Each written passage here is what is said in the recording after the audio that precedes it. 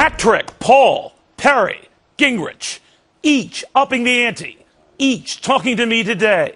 Get ready, my friends, because this is going to get good. And man, oh man, a major money bomb just dropping on the 2012 race. And now the guy dropping it is headlining our soiree. Welcome, everyone. I'm Neil Cavuto. And while Rick Perry is pulling out all the stops today, is this guy where all the grassroots dough actually starts and stops. We've got some fresh numbers showing Ron Paul reeling in close to $3 million in the last 5 days. More than 44,000 donations coming in from all 50 states. So for critics counting him out, maybe they should think twice as he just counts the cash. The Republican presidential candidate joining us now on the phone from Jackson, Texas.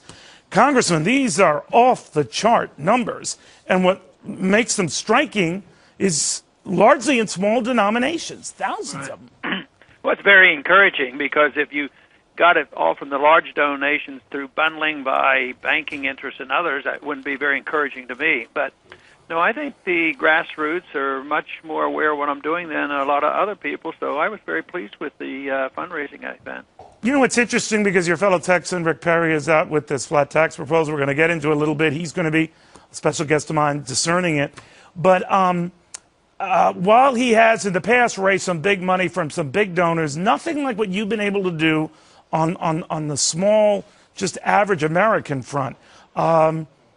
Is that something you want to try to capitalize on, try to pound in the next debate? What?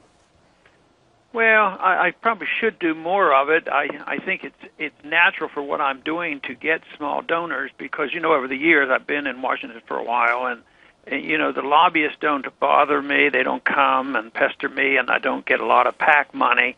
So the special interests wouldn't naturally come toward me, so I'm very pleased. But it also gives us the strength to build the organization. So we have a lot of volunteers coming up with this, and that's also very important.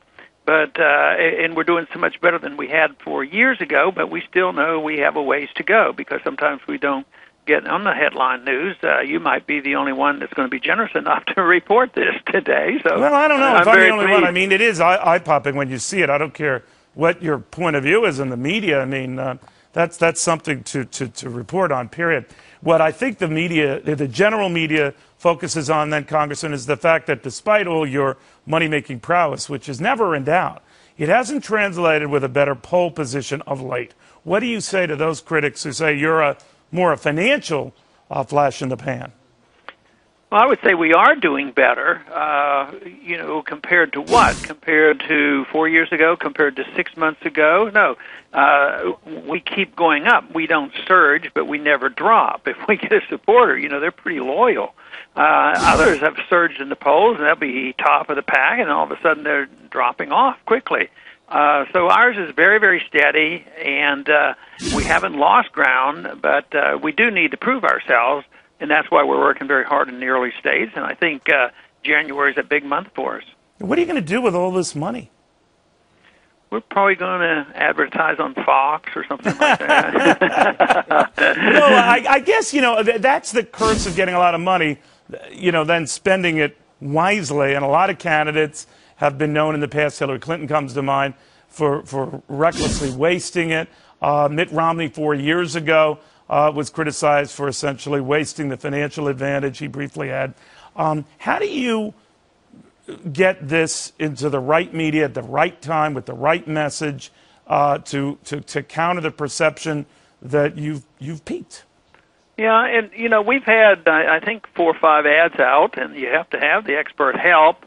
Sometimes I'm the last one to argue about exactly what we should have because I'm so tied into the philosophy, and sometimes they suggest other things. But we have good people, and they have good ads, and they've gone over well, and they have to know the markets, and I think that's why we've made some progress.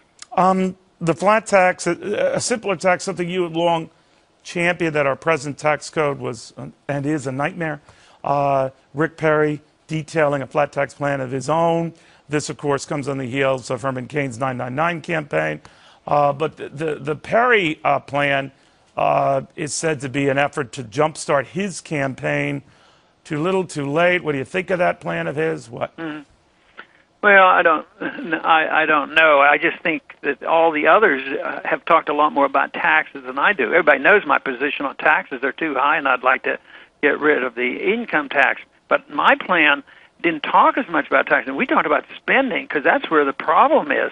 And I think they do this almost to stay away from the difficult choices. How many others have really offered any significant cuts? Nobody's offering that. Nobody in Washington offers real cuts. And I think that's where the problem is.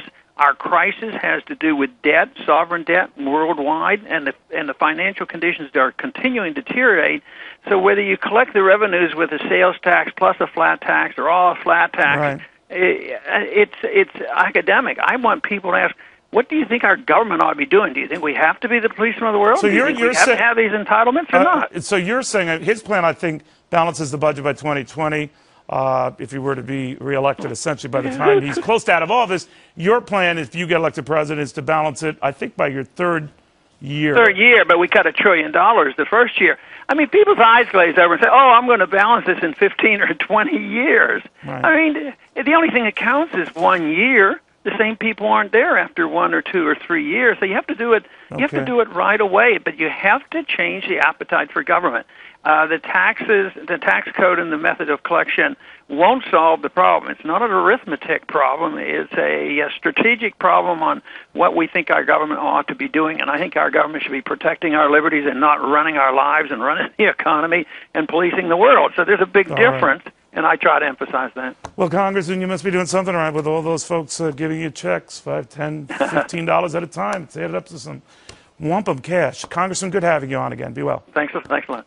Meanwhile,